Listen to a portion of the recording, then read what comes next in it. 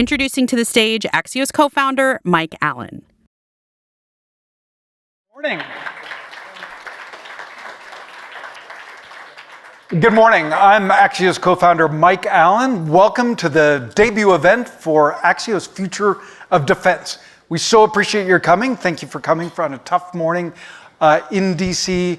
We're very excited about this event. This is a line of coverage that my co-founders, Jim Vandehei, our Axios CEO, and Roy Schwartz, have been thinking about for a long time. And we found the perfect reporter, Colin Demarest, who you'll meet in a bit, right down front, who's been covering defense back to his days as a pup at the Aiken, South Carolina Standard, part of the Charleston paper. And as Jim and I were talking about people who might carry the torch for future of defense, we were so happy to be able to grab Colin. So the Future of Defense newsletter debut dropped yesterday. It'll be in your inbox every Wednesday morning, right? So just head over to axios.com/newsletters and you can get the Future of Defense. We'd like to thank GE Aerospace for making today's event possible and the incredible Axios events team. So they had a double header. They had an event last night, and this team is amazing, including Sarah Keohane-Gu and the editorial events team. I've been honored to do events around the world with this team. They're always flawless, so appreciate them and appreciate you. Our first guest was the 20th chairman of the Joint Chiefs of Staff, which is the nation's highest ranking military officer, principal advisor to the president, the Secretary of Defense, the National Security Advisor. He was Army ROTC at Princeton, Massachusetts native, still likes Boston guys, has masters from Columbia, the U.S. Navy War College, educated at, also trained at MIT. 24 moves he and his wife did around the world, including Korea when he was in the Army. Next year, he will celebrate 40 years with his wife. Welcome to the Axios stage, General Mark Milley. General Milley.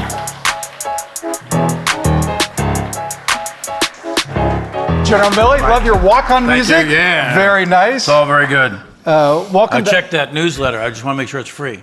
You've got an ironed golden copy on your doorstep. That's right. General Milley, what is the best part of being a civilian now that you are free? Sleep, absolutely sleep. I think in my case, we've got 4 grandchildren, so time management and the opportunity to spend some additional family time, I think, is probably the number one best advantage of being retired. And after being the highest ranking military officer, what do you miss most about having people kiss your ass? Well, I wouldn't have put it that way, Mike. I don't think anyone ever did that, actually, to tell you the truth. I think that what you have is a bunch of real professionals that are willing to speak truth to power and give you good analysis. So I wouldn't have characterized it the way you did, but thank you for doing that. No, the part that you miss is the camaraderie and the folks that you're with are great people, and that's probably the best part. So, General Milley, you're a big part of why Axios is investing in Future of Defense coverage. So you and I and Jim Vandehei sat down together, and this is an area that you have been passionate about going back at least 15 years. And we walked out of that breakfast and we said, like, the world is changing. This is going to be an important part of Axios's coverage. General, you've told me we're on the brink of the most fundamental change in human history. Tell us what it is. Well, most fundamental change in human history in what I call the character of war. So you have to distinguish between the nature of war and the character of war. The nature of war is what Clausewitz talks about, right? So it's a human activity. It's an act of politics where one side's trying to impose its political will on the other side by the use of organized violence. It involves fear and friction. You're looking at a certain dynamic between the people, the government, and its military. So that's the nature of war, and that's probably immutable. At least most people think human emotions are human emotions. Yeah, so that's unlikely to change, right? But the character of war, what you're talking about there, are the tactics, the doctrines, the technologies, the weapon systems, the leader training. It's all of that. It's the ways and means of warfare, right? So that changes frequently. So every time you get a new technology, that changes. And historically, it's changed many times over the years. But fundamental change has only occurred once in a while. And just to button that up, General, an example you gave me of that is something as simple as putting a bit in a horse's mouth. Yeah, that's right. So if you think historically, and you go way back in time, think about whenever somebody figured out how to put a bit in a horse's mouth and saddle a horse, you had the development of cavalry. When you went from a smoothbore musket to a rifle, that fundamentally changed infantry tactics on a battlefield. When you introduced mechanization and wheeled and tracked vehicles, the airplane, wireless communication, the radio. Rifling versus smoothbore. Right, rifle smoothbore or the mechanization in the 1920s and 30s. These things changed the tactics, the doctrines, the organizations of the time, and they fundamentally changed the character of war. And that can be a big, huge thing. So in the 1920s and 30s, for example, with the introduction of tanks and wheeled vehicles, the airplane, radio communications to connect these two things.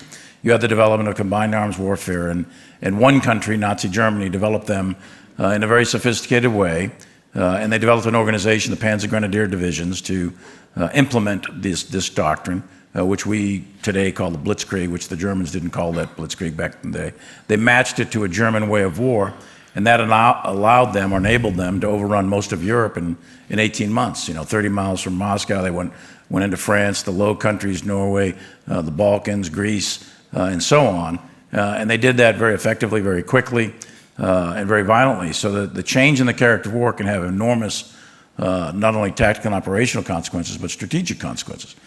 We today, in my view, are in the most fundamental change with the introduction of precision munitions, the introduction of ubiquitous sensors around the world. Every single iPhone out there, GPS watch, Fitbit thing, all of those are sensors. So the ability to see and the ability to hit at range with long-range precision fires, and now increasing speed with hypersonic munitions. And then when you look at the ability to sustain with 3D printing, you look at alternative fuels, you look at all this kind of stuff for sustainment. But your big ones, your two big ones that are emerging very, very rapidly is the introduction of robots, which we've been using for quite some time with unmanned aerial vehicles, drones, as they say. But then combine robots, which will expand beyond drones to a pilotless air force, a sailorless navy, a crewless tank, which is coming, in the next 10, 15 years sort of thing. Combine that with the enormous power of quantum computing and artificial intelligence, and you've got some real significant fundamental changes, and all those technologies are available to China, Russia, the United States, and many, many other countries. So the country that optimizes those technologies for military use is going to have a very significant and potentially decisive advantage in an armed conflict. Yeah, General, the phrase that you just used really sticks with me when you said the ability to see and strike with precision at range. Like, that's such a great way to say it and sticks in my mind. Now, you've said AI is the mother of all technologies. Right, yeah. I mean, so, the full potential of AI is still theoretical. It's not here yet.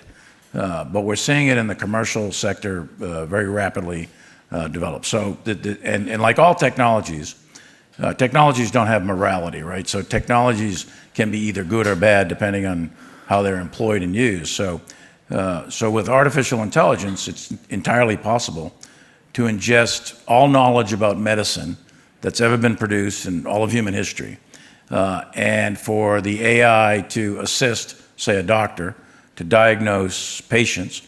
And it's entirely possible with the help of AI that you could have, you could solve cancer or dementia or Parkinson's or whatever disease it is out there. And you could make some really significant radical advances in medicine. So that's to the good. But there's also the potential for artificial intelligence to be paired with lethal munitions or robots. And then you've got a real significant ethical and moral issue on your hands with the potential for that to be used in a bad way, right?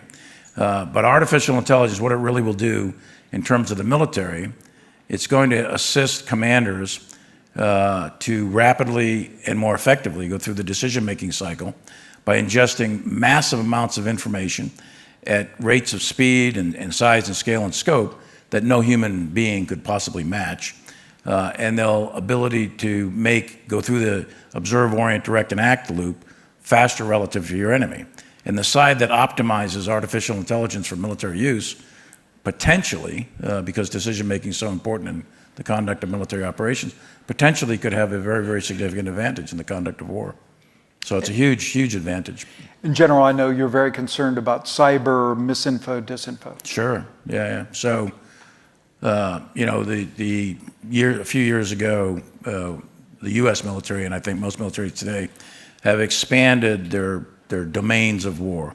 So their traditional domains were land, and then someone figured out how to sail a boat, so it became land and sea, and then we figured out how to fly airplanes, land, sea, and air.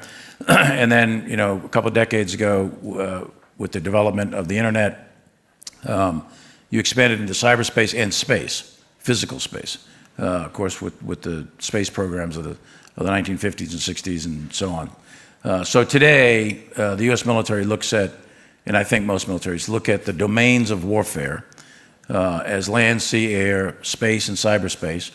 And I would probably even add subsurface or subsea, underwater. And with cyber is, you know, it's been around for a while. You know, if you think about artificial intelligence, for example, your very first use, or even the name, I think, comes out of the 1950s. But it's really coming into its own now, and it's accelerating to the point where you're really getting a ubiquitous use of that technology over the next 10 to 15 years. Cyber, similarly, has been around for a while. The internet, DARPANET, all that has been around for a bit. But now it's ubiquitous. It's in everybody's lives on a day-to-day basis. So you will see cyber as being a really critical domain of future armed conflict, to the point where advanced nation states potentially could burrow into your infrastructure systems, your electronic systems, your financial systems, your food supply, your water supply, et cetera, with cyber tools. And that could be very disruptive. It won't necessarily be totally destructive. It may or may not destroy parts of a system. Destroying the entire system is actually more difficult than people may think. But it will definitely be very disruptive. And that will be a major component of any future armed conflict. General, you look 10 to 15 years downrange. You have an eye-opening prediction about the person power of the U.S. military. Well, I think the U.S. military today is far and away still the most powerful, capable, lethal, ready force of any military in the world. That's not to say that the U.S. military doesn't have challenges, it has problems. That's all true. That's true of any large organization. But taken as a whole, relative to other militaries, the U.S. military today is extraordinary. And 10 to 15 years down the road now, what the U.S. military is going to need to do, and we've identified this inside the military, we're going to have to shift gears here. We're going to have to recognize this change in the character of war. And we're going to have to develop these systems and these organizations at a pace more rapid than your potential adversaries, Russia, China, for example, in order to optimize these capabilities for military use. And if we don't do that, we'll be entering into an era of this change in the character of war with legacy systems that were built for an industrial age when we're in fact in an information and even post-information age. We're in a digital age. So we've got to create organization systems, tactics, doctrine, train leaders, recruit troops, et cetera, for this different era. Now, you're not going to automatically eliminate things from the past. So there's still going to be tanks, there's still going to be ships, still going to be aircraft carriers, still going to be manned aircraft in the future. But we're talking about the balance, the percentages of these things in the military force. So I would say that, say 10, 15 years from now, my guess is a third, maybe 25% to a third of the U.S. military will be robotic and will be, and this is land, sea, and air capabilities, and they'll be largely commanded and controlled and driven by AI-enabled systems. And will this be additive, or you think 1/3 of today's personnel will be replaced by robots? That's hard to say in terms of the actual numbers of people sort of thing. But It's going to be a notable swath, clearly. I think it'll be a big change. It'll be a fundamental change, and I would argue that other nations' militaries are going to be similarly designed. But I think you'll see the numbers of human troops, right? Those will probably be reduced as you move towards robotic systems. So, like right now, for example, in the Middle East, Central Command is experimenting with robotic naval forces, surface and subsurface. The Air Force is experimenting with all kinds of unmanned fighter bomber type aircraft, not just the unmanned aerial vehicles that you see. The Army and Marines are experimenting with unmanned tanks and smaller vehicles that can be used in ground combat. But this is not yet here in the scale and scope, but it will be in 10, 15 years or so. Lisa's about to give me the hook, but before, General, I ask you my last question. Colin Demhurst has a question just as a check on me, just any news that we're making here. So. Thank you, Mike, and thank you, General. Am I on? There we go. Thank you, Mike, and thank you, General. You mentioned 25 to 30% of the military becoming robotic, autonomous. I think that begs the question, should the human always stay in the loop, always be in charge when it comes time to pull the trigger or kill? And then how do you balance machine speed that might be needed with human ethics? Great question. And current U.S. policy is that the human must stay in the loop for decision-making on the use of lethal munitions. Now, robotics can apply to non-lethal things like logistics and convoys and supplies and so on. But for lethal use, U.S. policy is currently the human in the loop. And the reason for that, again, technologies don't have morality, right? They don't have, at least today's technologies don't have morality. So the thought is that humans have some sort of moral or ethical methodology of decision-making, so the human is in a loop. And I would say that robotics in combination with AI and other technologies, that the question you ask is going to have to be debated and determined in the years to come in a very, very serious way, because there's very significant legal and ethical implications, especially in the use of lethal munitions, when you start talking robotics and machines. And you can imagine a future from a technical standpoint. A machine enabled by AI, a robot enabled by AI, could make its own decisions, right? Is that something that the world wants? Is that something the world's ready for? Have we designed the regimes and the rule sets for that kind of employment of force? Clearly not yet. It's an open question. I lean towards human in the loop, and that's current U.S. policy, but I think this is going to be something that people are going to have to come to grips with here in the next decade or so.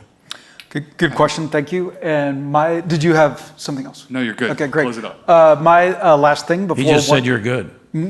I'll take it.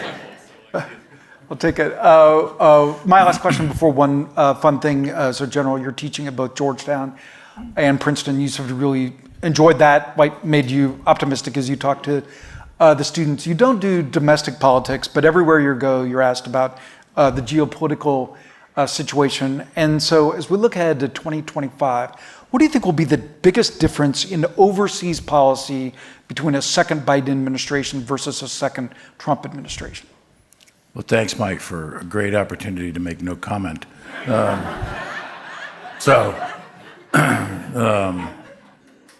love it. And I volunteered to come here. So, we're in an election season, obviously a very intense and highly political season. It would be very inappropriate for me to comment on either candidate. But look at you from an overseas perspective, from a national security perspective, and from a policy perspective, not from an individual candidate perspective.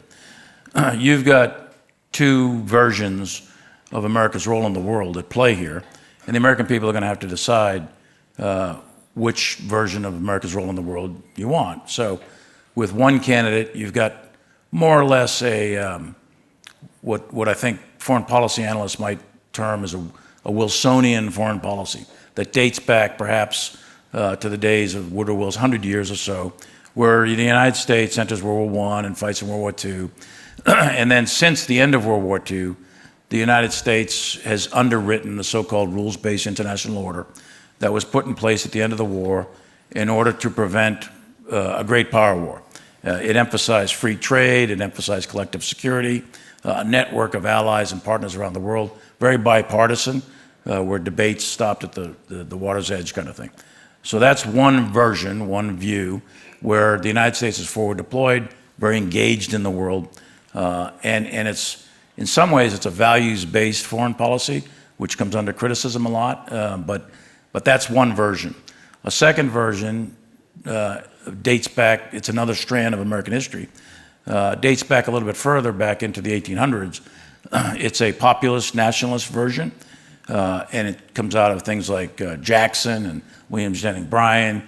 You've seen it manifest itself with George Wallace. You've seen it manifest itself throughout American history, throughout our entire history, going back. And it's more internally focused. It's more of a withdrawal from the world, not a complete withdrawal. It's not isolationism, but it leans towards bringing forces home and not being so engaged overseas. It leans towards a transactional economic approach sort of thing, and it leads towards protectionism, where you'll see things like the Smoot-Hawley tariffs of the 1930s or the 1828 tariffs, those sort of things. It's not necessarily about free trade as much as it is protectionism. So there's two variants of this, both of whom have manifested itself in American history very strongly at various times, almost like a sine curve back and forth. And they're both legitimate views for the American people to choose from. So it's whatever the American people want when they go to the polls. But that's kind of what's at play from a national security policy perspective, staying out of the individual personalities of candidates. But those are two big streams, and the big question is, what do you want as America's role in the world? Very fascinating. Super quick, one for the road. General, you're just back from the anniversary of the D-Day landings in Normandy, France. What was the most memorable image moment for you being in Normandy? Well, for me, Normandy is very special for a lot of reasons. As Chief of Staff of the Army, major Army operation. It's really combined arms operation with the Allies. There were, a lot of people think it's just American-British, but it's American-British, French, Canadian. There were actually 28 nations, I think it was, or 26 nations that had troops in some manner, shape, or form in the Allied invasion of Normandy. So it's a huge operation, and for the U.S. Army, it's a very, special part. And my uncle, my father's brother, was actually at Omaha Beach. He was in the Navy, in fact, but he was part of the Beachmaster team that landed at Omaha Beach and directing troops, go left, go right, that sort of thing.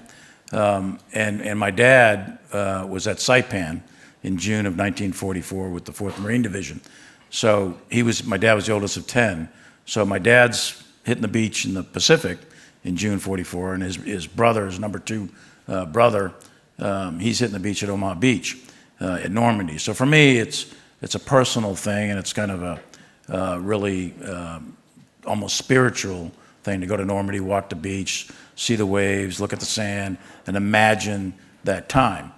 For the nation, though, and for the Army, it's a massive strategic undertaking with high amounts of risk. 156,000 troops went ashore, either parachuted in the night before or landed with the amphibious landing. We had 195,000 or 200,000 sailors and 7,000 ships offshore. I mean, this was a massive undertaking that then finally led to the ultimate defeat of Nazi Germany.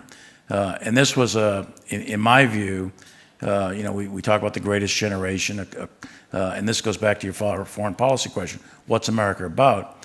Look, we literally liberated France and the rest of Europe at enormous cost in blood and treasure. And America, when I go over there, on this past trip, I spent a fair amount of time at St. Mary Glees. And the French people and many others, there were Belgians there and from other countries, they have never forgotten the goodwill of the American people, the American soldier. And they've always remembered that, and they treasure it, and they celebrate it. And the degree of embracing of America, as a result of World War II is enormous. The second biggest thing is just talking to the veterans. The greatest generation is passing quickly, and the opportunity to engage with those soldiers and sailors and the folks that participated in World War II and participated in the invasion of Normandy. That's a very special thing for me. Incredible legacy. You're from an incredible family. General Mark Milley, thank you for this conversation. Thanks, Mike. Great conversation. Thank you very much, General.